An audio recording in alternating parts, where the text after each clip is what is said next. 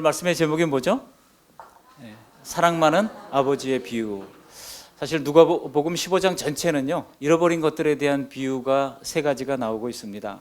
죄리와 세인들이 예수님의 말씀을 들으려고 예수님께 가까이 나아갔습니다. 그럴 때 예수님께서 먼저 잃어버린 양의 비유를 말씀해 주시죠. 100마리 중에 하나, 그다음에 잃어버린 드라크마 동전에 대해서 말씀하십니다. 10개 중에 하나, 그리고 잃어버린 아들에 대해서 말씀하십니다. 둘 중에 하나. 아마 그 다음에 주님께서 말씀하셨다면 이제는 하나 중에 하나, 바로 당신을 향하여 주님께서 말씀을 하셨을 것이라고 생각이 됩니다. 우리가 흔히 탕자의 비유라고 알려진 이 비유의 말씀은 사실은 옳은 내용이 아닙니다. 왜냐하면 탕자의 비유라고 하는 비유 자체가 성경에 그런 말도 없고, 우리가 돌아온 탕자라고 얘기합니다만 사실은 사랑 많은 아버지의 비유라고 하는 것이 맞다라고 많은 학자들이 이야기를 합니다. 왜냐하면 오늘 본문에도 계속 보면 사랑 많은 아버지에 관한 내용이 주를 이루고 있기 때문입니다. 사실 오늘 주신 내용은 어려운 내용이 아니죠. 우리가 익히 잘 아는 내용이고, 신앙생활 오래 하셨던 분들은 옛날 중고등학교 시절 문학의 밤 때부터 이거 했던 거 아니겠습니까? 나는 탕자를 했다, 나는 첫째 아들을 했다, 나는 살진 소를 했다, 엄마를 했다 하면서 그 얘기를 나눌 때 항상 빠지지 않고 등장하는 것이 이런 잃어버린 아들의 비유, 혹은 사랑 많은 아버지의 비유 아니겠습니까? 철없는 부잣집 둘째 아들이 아버지의 돈을 받아가지고 해외로 나가서 흥청망청 쓰다가 빈털터리가 돼서 돌아온다고 하는 그런 이야기입니다. 그러나 아들을 그리워하던 아버지는 돌아오는 이 아들을 정말 빈털터리로 거짓골이 되어 돌아온 아들을 버선벌로 뛰어나가서 끌어안고 영접해 주었다는 이야기입니다. 이 이야기는 1절에 보시면 이제 모든 세리와 죄인들이 예수님의 말씀을 듣고자 가까이 나왔을 때 해주신 말씀입니다. 그때 사람들에게 무엇이 가장 필요한지 주님께서 아셨다는 것입니다. 다 잃어버린 자들이었거든요. 상실된 마음을 가지고 있는 자들이었거든요. 그래서 주님께서는 이 잃어버린 것들의 비유를 통하여 하나님께서 너희들도 귀중히 여기고 소중히 여기신다는 사실을 말씀해 주신 것입니다.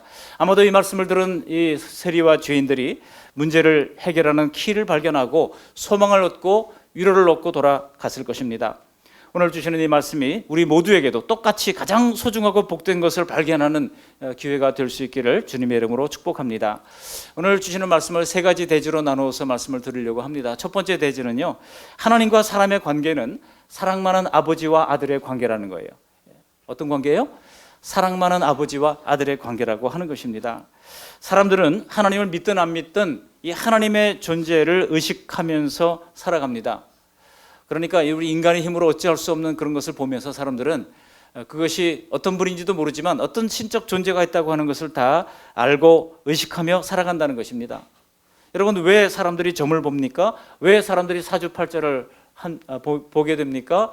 또 왜 대학가마다 타로 점집이 계속 늘어갑니까? 궁합은 계속 보고 있습니까? 여러분, 이런 관심을 가지는 이유는 무엇입니까? 내 운명을 움직이는 어떤 절대적인 나보다 큰, 인간보다 큰 힘이 있다고 하는 것을 인식하기 때문입니다. 그러므로 예부터 많은 사람들이 어떤 신적 존재에 대해서 연구를 했지만 소용이 없었던 것은 하나님은 신이시기에 인간의 지각을 통해서 충분히 다 알 수가 없었다고 하는 것입니다. 가장 확실한 것은 그 신이 나타나서 자기를 보여주면 사람들이 신이 과연 있구나 하게 될 겁니다. 근데 이 시대는 하나님이 직접 나타나서 보여주시는 직통계시는 거의 보여주지 않고 있죠. 아주 특별한 경우에 특별한 사람에게만 그렇게 보여주시죠. 왜 그렇습니까? 하나님께서 이미 충분히 그런 직통계시를 통해서 하나님을 목격하고 하나님의 기적을 보았던 사람들이 기록한 기록을 통하여 하나님을 알라고 말씀하셨기 때문입니다. 그래서 우리는 성경을 통해서 하나님을 가장 잘 이해할 수 있습니다. 가장 객관적으로, 가장 분명한 진리를 성경을 통해서 알 수가 있다고 하는 것입니다. 그래서 성경 속에는 만물의 기원이 무엇인지, 인간이 무엇인지, 왜 사는지, 죽음 이후에 무엇이 있는지 성경을 통해서 다 계시를 해 놓았던 것입니다. 특별히 하나님께서는 모든 만물을 창조한 창조주시라고 하는 것을 밝히고 있고, 많은 피조물 가운데도 특별히 이 사람에게는 하나님의 형상을 나누어 주었다고 말씀하고 있습니다. 창세기 1장 28절에 하나님께서 사람을 창조하시고 하나님과 더불어 이 세상을 다스리도록 우리를 초청하셨죠. 그리고 그 하나님에게 하나님의 형상을 심어주셨다고 말씀하고 있습니다. 그 하나님의 형상이 무엇입니까? 하나님의 형상은 바로 의와 거룩과 진리라고 하는 것을 사람에게 심어주셨다는 것입니다. 비록 타락했지만 의의 희미한 그림자가 사람에게 여전히 남아있고, 또 거룩의 희미한 그림자가 남아있고, 또 진리를 추구하는 그런 목마름과 갈망이 사람들에게 남아있는 것입니다. 여러분, 가끔 똑똑한 동물들도 있지만 여러분, 진리를 추구하는 침팬지 보셨어요? 거룩한 돌고래 보셨습니까? 오직 사람에게만 이 거룩에 대한 갈망과 갈구가 있다고 하는 것입니다. 여러분, 사람만은 신처럼 영원한 불멸한 존재입니다. 영원 불멸의 존재예요. 죽으면 소멸되는 것이 아닙니다. 이단 여호와의 증인은 사람은 죽으면 소멸한다고 생각을 합니다. 그럼 천국은 누가 가느냐? 열심히 전도하고 하나님의 뜻을 이루는 사람만 천국 가는 것이고, 그래서 전도를 대부분 안 합니다. 전도하는 사람은 누구예요? 이 여호와의 증인들이 전도하는 사람들은요, 천국 가보려고. 그렇지 않은 사람들은 뭡니까? 다 소멸한다고 생각하는 겁니다. 왜 소멸한다고 그런 생각을 가지게 됐을까요? 성경이 분명히 기록한 천국을, 또 성경이 분명히 기록한 지옥을 그들이, 하나님이 사랑이 많으신 하나님인데 어떻게 지옥을 만들어 둘 수가 있는가? 그리고 인류 역사 속에 태어나고 죽었던 수많은 사람들이 지옥을 간다 그러면 지옥은 이미 차고도 넘칠 거다. 그런 인간적인 잘못된 생각으로 성경의 기록을 무시하는 것이 심각한 이단을 낳았던 것입니다. 여러분, 사람이 죽으면 모든 게 끝일 것 같은 생각이 드십니까? 안 드십니까? 안 들잖아요. 그러니까 사람들이 윤회라고 하는 개념도 생각해내고 환생도 생각해낸 것 아니겠습니까? 불교에서는요, 사람으로 태어났다가 다시 사람으로 또 태어나고, 그렇게 이 윤회 환생하는 것이 500생을 한다 그래요. 500생. 그래가지고 한 사람이 500생을 하기 때문에 부부가 만나면은요, 500생 더해서 천생연분이라고 하는 말이 생겨나게 된 겁니다. 이게 불교의 환생에 관한 개념이에요.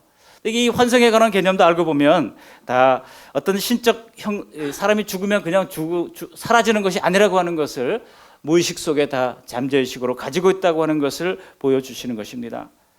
사람은 자신의 형상으로 창조하셨기에, 여러분, 하나님은 이제 부모가 자식을 사랑하듯 우리를 사랑하시는 것입니다. 또 부모가 자식을 사랑하는 그 사랑이야말로 하나님의 형상의 한 부분일 수가 있습니다. 우리는 하나님이 우리를 자식처럼 사랑하신다고 하는 것을 성경을 통해서 믿습니다. 그리고 신자들은 실제 삶에서 그 사랑해 주는 혜택과 그 사랑해 주는 선물을 누리며 살아갑니다. 성경은 이렇게 말합니다. 야고보서 1장 17절에 이르기를, 온갖 좋은 은사와 온전한 선물이 다 위로부터 빛들의 아버지께로부터 내려오나니 그는 변함도 없고 회전하는 그림자도 없으시니라 그랬습니다. 하나님이 선물을 내려주신다는 거예요. 여러분, 사랑한다면 저절로 선물을 생각하는 것입니다. 왜냐하면 사랑하면 뭔가 주고 싶어 하기 때문 아니겠습니까? 그래서 여러분, 사랑의 5가지 특징을 얘기할 때 제 첫 번째가 뭐예요? 주는 것입니다. 사랑은 주고 싶어 해요. 줘도 아깝지가 않고 줌으로써 더 풍성해지는 것이 이 사랑의 특징인 것입니다. 우리 인간관계에서도요, 아무런 소몰이 없는 그런 관계라고 한다면 대체적으로 큰 의미가 없는 관계라고 생각해도 무방할 겁니다.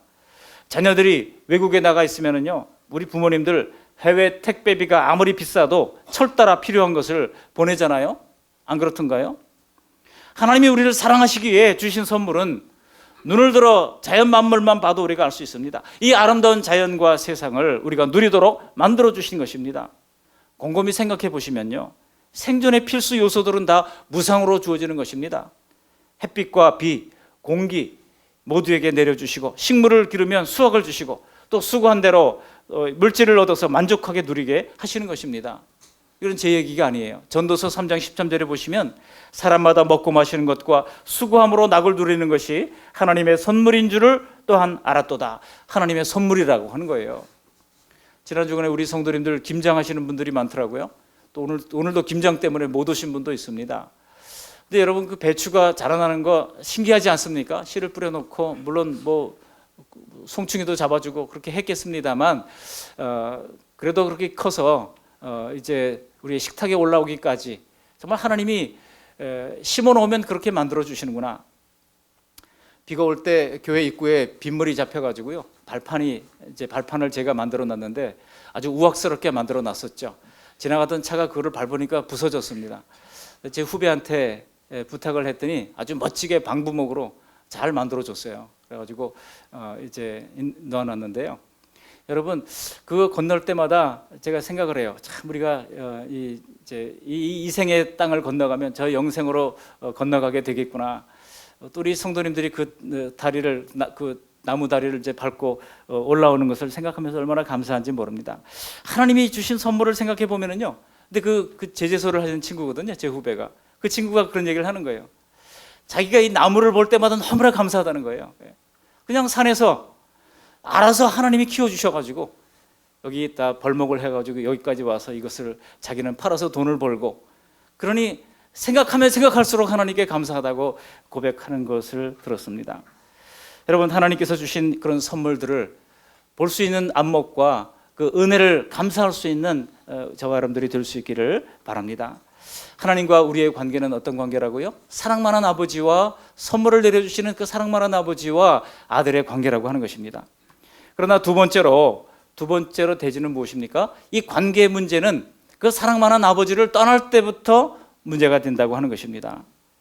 오늘 이야기는 아버지와 아들 사이에 큰 문제가 생겼음을 보고해주고 있습니다. 왜냐하면 아들이 아버지를 떠났듯이 이 땅의 사람들도 하나님을 떠났다는 것입니다.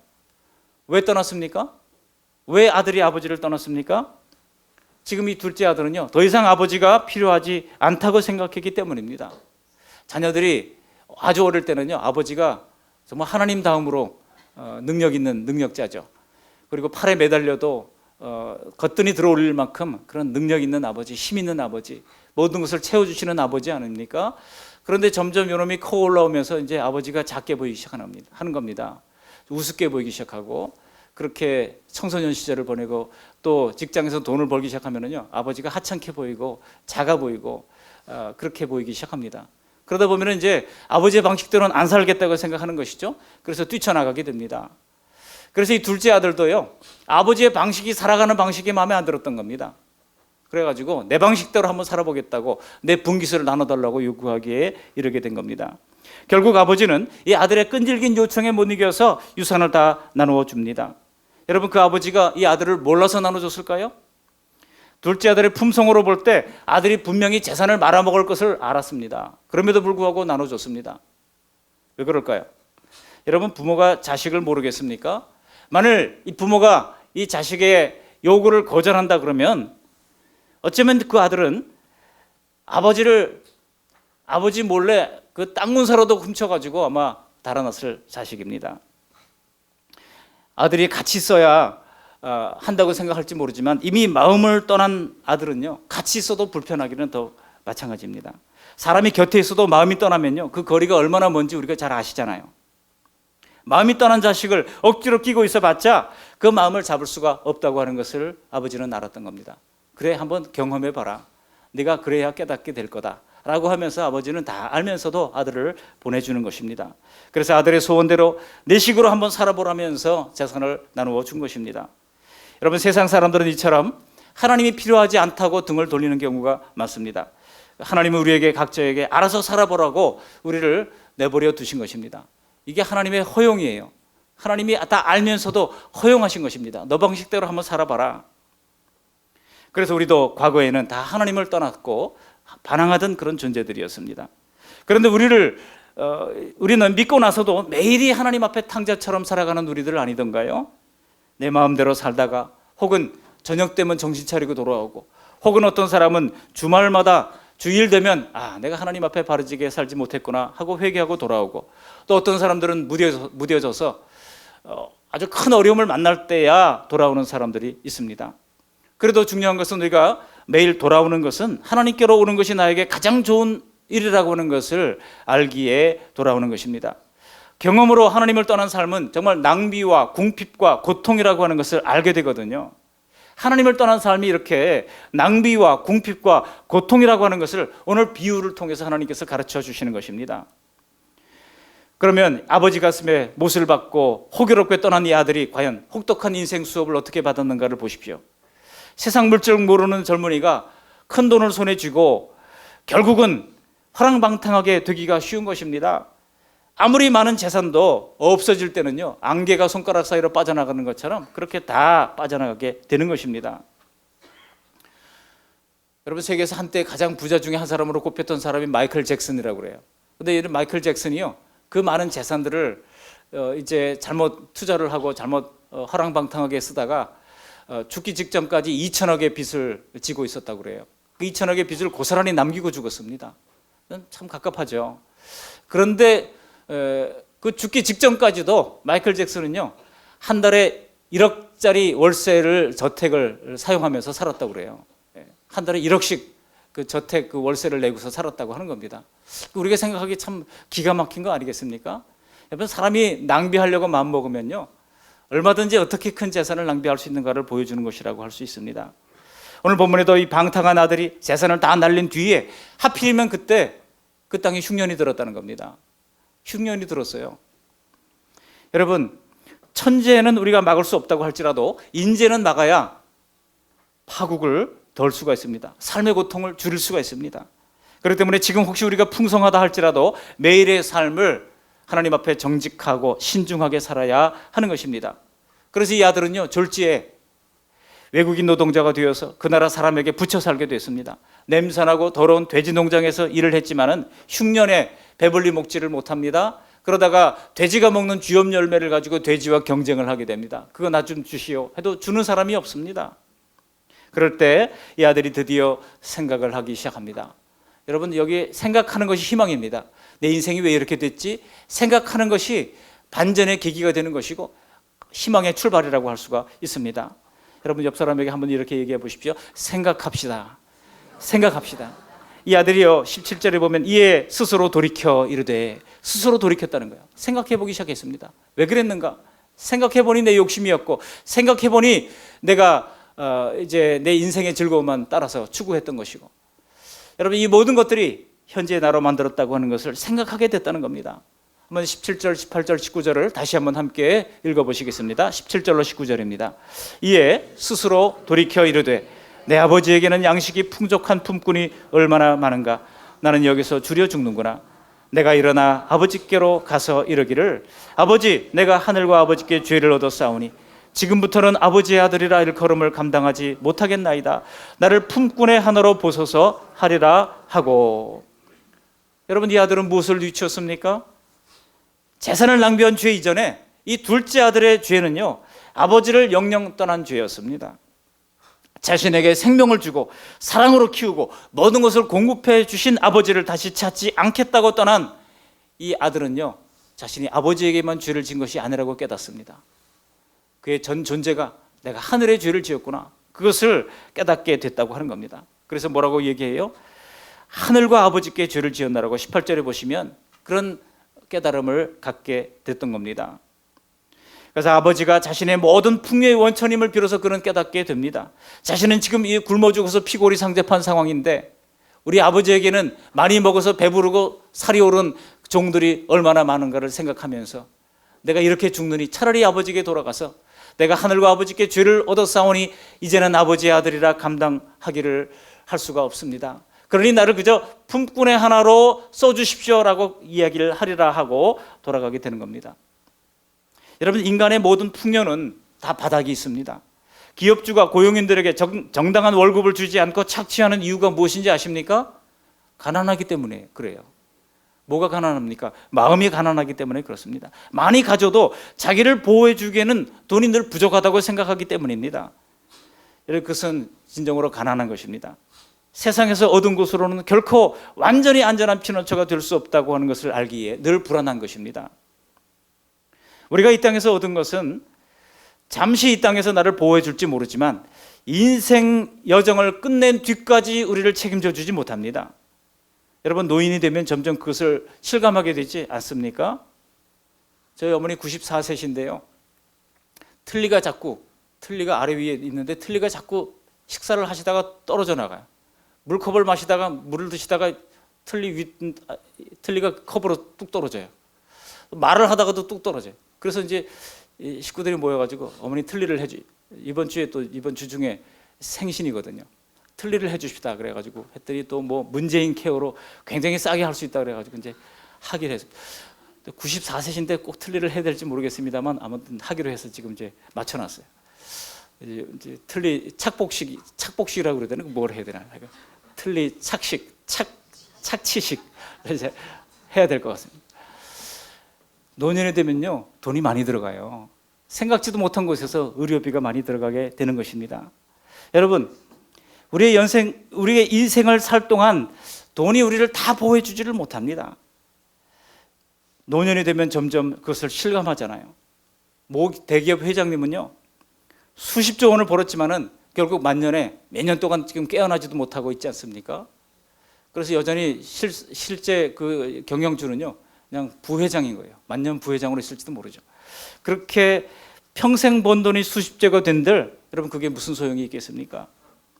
그래서 하나님 아버지를 떠난 삶은 가난하든 부하든 건강하든 병들었든 해결되지 않은 불확실한 미래로 인하여 불안함과 두려움 가운데 살아갈 수밖에 없다는 것입니다. 그렇다면 희망이 없는 것일까요? 아니요, 희망이 있습니다. 마지막 세 번째 대지가 바로 그것을 우리에게 가르쳐 줍니다. 그것은 무엇입니까? 이런 사랑 많은 아버지와 아들의 관계가 회복되기 위해서는 다시 그 사랑 많은 아버지께로 돌아가야 한다는 것입니다. 아들은 아버지께로 돌아가야 하고 아버지는 아들을 용서하고 받아주어야 합니다. 여러분, 이것이 두 개가 동시에 이루어져야만이 이 관계를 회복할 수가 있습니다. 근데 중요한 것은 하나님 아버지께서는 다행스럽게도 돌아오면 용서해 주기로 작정하고 기다리고 계시다는 것입니다. 우리 하나님께로 우리가 돌아갈 때 용서의 길을 우리 하나님께서는 스스로 만들어 놓으신 것입니다. 요한복음에 보시면 이렇게 얘기하고 있죠. 여러분, 요한복음 3장 16절 말씀 같이 한번 암송해 보실까요? 요한복음 3장 16절 시작. 하나님이 세상을 이처럼 사랑하사 독생자를 주셨으니 이는 그를 믿는 자마다 멸망하지 않고 영생을 얻게 하려 하심이니라. 아멘. 정말 한 구절 한 구절이 너무나도 깊고 은혜로운 진리입니다. 하나님이 우리를 멸망하지 않게 하시려고 하나님의 유일한 독생자 아들을 선물로 주셨다는 것입니다. 이 사랑 많은 아버지의 특징이 뭐라고 그랬어요? 선물 주는 아버지라고 그랬잖아요. 모든 것을 선물로 공짜로 우리에게 주십니다. 여러분, 이 사실이 자연적인 지각으로는 이해하기도 어렵고 믿기도 쉽지 않습니다. 근데 성경은 우리 일평생 하나님을 거역하며 지은 죄가 하나님께 돌아갈 길을 막는다고 말씀하고 있습니다. 예수님은 분명히 그 죄값을 이제 십자가상에서 치르신 것이라고 말씀하고 있습니다. 그 죄값을 대속하기 위하여 하늘 보좌 버리시고 이 땅에 내려오셔서 우리의 모든 죄값을 대신 지신 것입니다. 우리는 생각하기에 우리의 죄가 다 다르다고 생각하죠.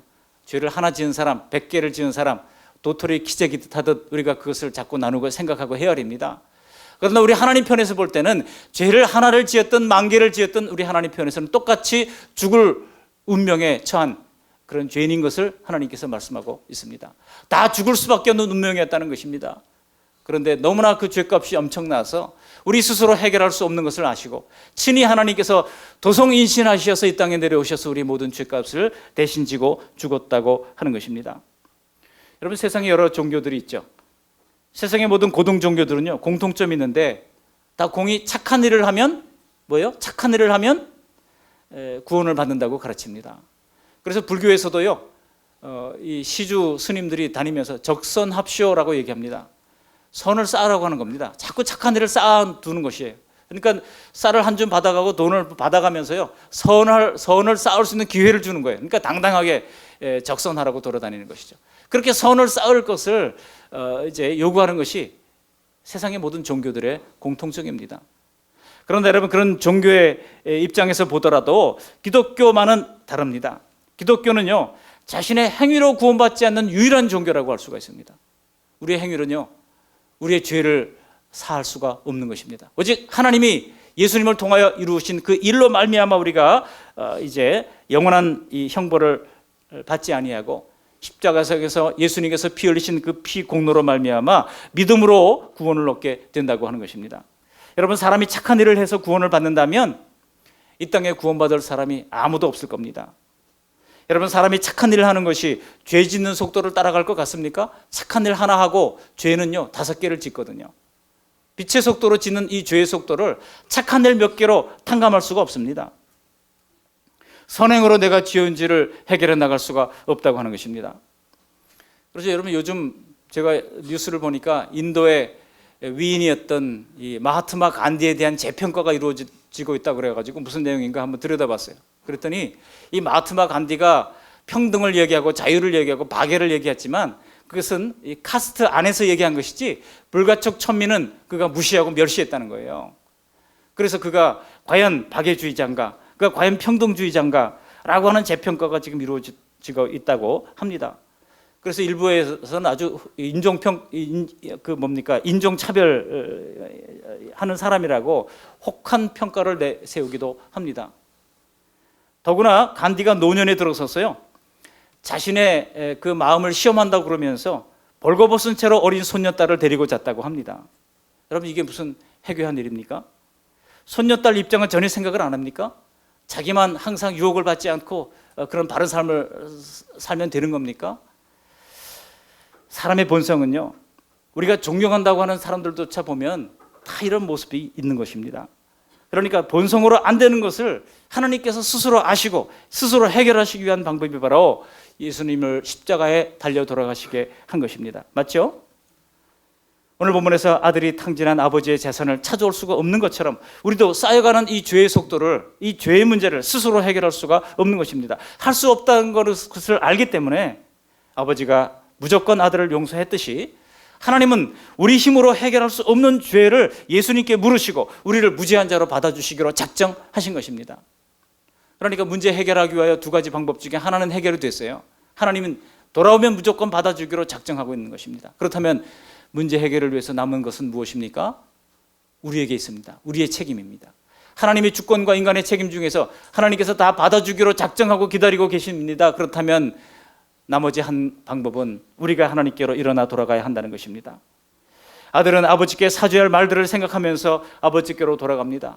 내가 이제 이렇게 하리라. 아버지, 내가 하늘과 아버지께 죄를 얻었사오니 이제는 아버지의 아들이라 일컬음을 감당하지 못하겠으니 그저 저 품꾼 중에 하나로 나를 여겨주십시오. 그렇게 얘기를 하겠다고 돌아가고 있습니다. 그리고 한 걸음에 돌아가서 아버지께로 가는데 차마 들어가기가 어렵습니다. 그렇게 미치미치하지만 이 사랑 많은 아버지는 벌써 촉으로 아들이 오고 있구나 직감적으로 느낍니다. 집 나간 아들을 그리워하고 집 나간 아들을 걱정했던 이 아버지가 한 걸음에 달려나가서 이 아들을 껴안습니다.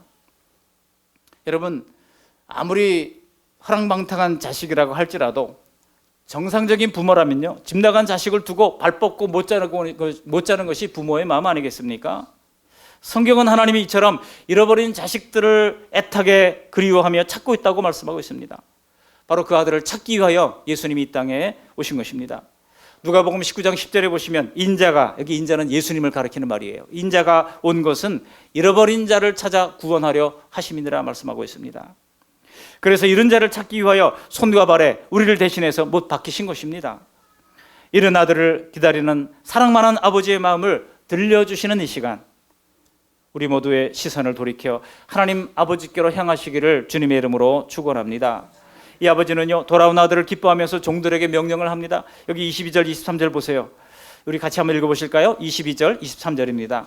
아버지는 종들에게 이르되 제일 좋은 옷을 내어다가 입히고 손에 가락지를 끼우고 발에 신을 신기라. 그리고 살진 송아지를 끌어다가 잡으라. 우리가 먹고 즐기자. 누가복음 15장 전체 가운데 이런 것을 찾았을 때 기쁨과 감격과 즐거움이 계속해서 반복적으로 강조되고 있습니다. 여러분, 근데 이 탕자가 돌아왔을 때요, 누가 제일 싫어했을까요? 큰아들 얘기는 제가 나중에 따로 한번 말씀을 나누도록 하겠습니다. 제일 싫어했던 존재는요, 살진 송아지라고 합니다.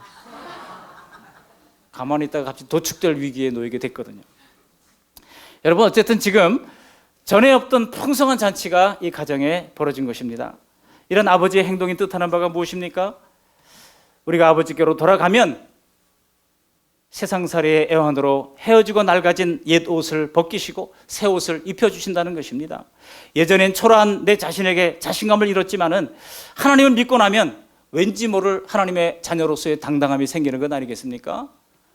에베소서 2장 10절에 너희는 그의 만드신 바라 We are His workmanship이라고 얘기하고 있어요. 우리 하나님의 작품이라는 거예요. 하나님이 우리를 작품으로 빚어주시고 우리를 만나 주시는 것입니다. 그래서 예전에 초라한 우리의 자아상이 다시 회복이 되고 우리가 하나님의 작품이라고 하는 당당함과 자신감을 가지면서 살게 될 수 있는 것입니다. 하나님께서 우리에게 의의 옷을 입혀주셨기 때문입니다. 그 옷은요, 눈에 보이지는 않지만 신기하게 우리 심령이 이런 하나님의 놀라운 의의 옷을 입고 있다고 하는 것을 우리가 알게 됩니다. 여러분, 아들의 손에 반지를 끼웠잖아요. 이 반지는 신분을 회복시켜주는 상징입니다. 하나님이 이제는 우리에게 이제는 죄의 종이 아니라 하나님의 자녀라고 하는 것을 가르쳐 주시는 것입니다.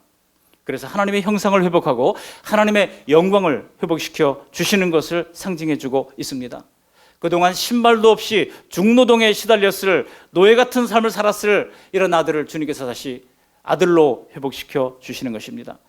그렇게 여러분, 우리가 예수님 믿고 난 이후에 어느 날 문득 내 삶을 바라보면 우리가 깜짝 놀라게 되지 않습니까? 내가 언제 이렇게 마음이 평안해졌지? 그 많던 근심은 어디로 다 사라진 거지? 언제 내 삶이 이렇게 풍요로워졌지? 여러분, 이 자리에 계신 모든 성도님들이 제가 하는 말에 다 공감하실 줄로 믿습니다. 아버지는 아들을 위해 살찐 송아지를 잡고 돌아간 아들로 인하여 집안은 음악 소리와 춤추는 소리와 웃음소리로 가득 찹니다. 하나님께 돌아온 아들의 이야기는 이렇게 해피엔딩으로 끝나게 됩니다. 이 자리에 계신 모든 성도 여러분들, 한 사람도 예외 없이 아버지께로 돌아가서 모두 다 하나님이 준비하신 이 해피엔딩을 맞이하시기를 바랍니다.